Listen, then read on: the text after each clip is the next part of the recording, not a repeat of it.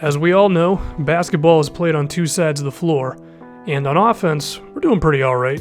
DeMarcus Cousins is a beast, of course, sometimes a bit of a hothead, but that aggressive energy used towards backing guys down in the post, it works out great. Boogie's been our best player, he's everything I've wanted him to be at this point in the season. But when it comes to the defense, we're kind of trash.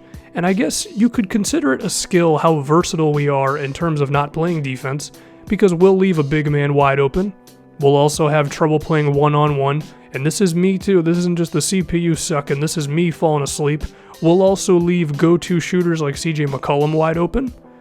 I mean, seriously, it's like a smorgasbord of bad defense. McCollum just beats us one-on-one right there. And then this one right here, this is inexcusable. I mean, off of a made basket, Myers Leonard able to catch the ball that close to the hoop, Damian Lillard beats the point guard. It's just unacceptable, man. So we have to make a few changes, and we need a savior. And the first one is going to be Garrett Temple, who's a shooting guard or a small forward. He's actually pretty decent on defense, so he's going to be getting some minutes for us. And it's easy to do this because our shooting guards are crap in the bed right now. Ben McLemore can't hit a shot if his life depended on it. And while Aaron Aflalo's hitting his three-pointers, overall he's been pretty bad as well from the field. Now I should also point out Matt Barnes has been very good with his defense, outside shooting, and his efficiency is through the roof right now. And Rudy's killing it too, 53 from the field, 50% from three, and with 16 points per game. I would actually picture a world where Rudy comes off the bench as our scoring sixth man, and we bring Matt Barnes in for a little bit more defense. It's an idea, I don't know if I'm committed to it just yet, but our shooting guards positions are really dropping the ball. So if Garrett Temple can come in and make an impact right away on both sides of the floor, who knows, maybe he'll end up starting for us. There is also Malachi Richardson, who you're not going to see in this video, but I think I'm going to start giving him some minutes too, because if McLemore and Aflalo aren't doing anything, we need some other options. Now we're hugging on to the 8th seed at the moment, 5 and 6, which again is actually not horrible given the history of the Sacramento Kings over the past few seasons. We got a big game here against the Los Angeles Clippers, and I was talking about defense a second ago, and I've also mentioned how Willie Cauley-Stein can be our top defender. You'll see what I mean as this game gets going. And what the hell was that? Chris Paul just looked like Superman as he stole that ball from me. And this game is starting out pretty damn beautifully as Wesley Johnson hits a three. Might as well chalk it up to 5 and 7 now. Or not, as Darren Collison gets in the open lane, and I need to shoot the ball with Collison more, man.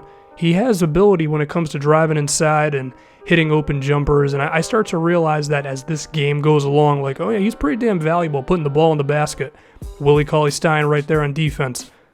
Getting the pass away, and then you're going to see here, he does the same thing, embarrassing Jamal Crawford. I can always count on Willie Cauley-Stein to play some defense, and that's a good thing. And Stein might be my favorite player. I think Matt Barnes is my second favorite, and definitely my favorite player off the bench. Although he might be starting pretty soon for us with that defense and shooting. Stein here. Listen, Willie Cauley-Stein, the defense and the ability to run the floor is huge. And then Ty Lawson, who's had some life for us offensively off the bench, he scores there. So the first quarter actually went really damn well, a 9-point lead for us. But you're going to see. We're not perfect. We're far from it. So they find a way to get themselves back in it. Skal Labissiere has no chance of defending Blake Griffin. And Skal, he had some mid-range magic that kind of faded away pretty quickly. And this one, Ty Lawson, once again, holy crap, that guy can't miss from three. And now Boogie on DeAndre. DeAndre was causing me some problems in this one, as you're going to see right here. But Chris Paul just does not defend Ty.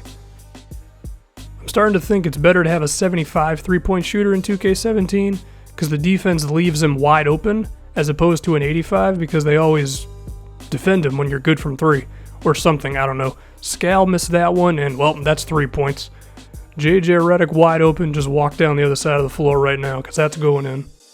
But then once again, you're going to see here, Darren Collison, he's probably a mid-tier point guard, but he can definitely run a pick and roll as Boogie finishes there. So we're maintaining this lead pretty well. That's good. But Chris Paul's looking confident. That's always a bad thing. Luckily, he missed that one. But we're allowing offensive rebounds to Maurice Spates. The J.R. Smith of power forwards, really? Well, now it's only 4 points, and it's only 3 going into the half. So the Clippers are hanging around. And given where we are right now, we could really use a big win against the top team in the Western Conference. But holy hell, I said he was looking confident. Chris Paul is starting to feel it. And if Chris Paul's feeling it, might as well chalk up an L right now, right? Redick actually missed a wide open jumper. But those rebounds, man, you gotta get rebounds. What are we doing? I figure with DeMarcus and Stein, we could be all right there. Once again, Chris Paul, that perimeter defense. Collison wasn't looking good there. We're losing now, boys. Don't tell me we're going to blow this entire lead. Well, luckily, Boogie with some pretty nice rim protection. That's good. His defense is still a work in progress, but that's a nice sign right there. But then the good thing about Boogie is even if something bad's happening, there's only like 2 seconds left in the shot clock, we can give it to him. He draws contact. I take 5 years to shoot the free throw, but eventually we make it. So we're still in this thing. We're not going to blow the lead just yet. But holy hell, Austin Rivers with the best play he's ever done. Austin Rivers is one of those dudes who's never going to shoot an outside shot in this game, so that's cool. What's also cool is the guy, Garrett Temple. Makes a three-pointer. That's a good sign. He was pretty alright defensively in this game. He wasn't perfect. He had a couple of bad moments, but defensively he was alright, and he was hitting the three there, so if he can continue that, you might see him over Ben McLemore pretty quickly. Boogie just got hammered by Blake Griffin. Luckily, he gets right up, knocks down both free throws, being the star player that we need. Only about 3 minutes left. What the hell is up with big men and turnaround jumpers in this game?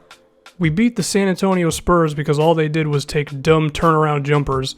Blake Griffin does the same thing there. I mean, I'll take it, but I don't know. That was a bad pass. DeAndre a little too slow on the contest. Boogie with the mid-range. So versatile, DeMarcus Cousins. I don't want to shoot too many threes with him this year, but the mid-range is good.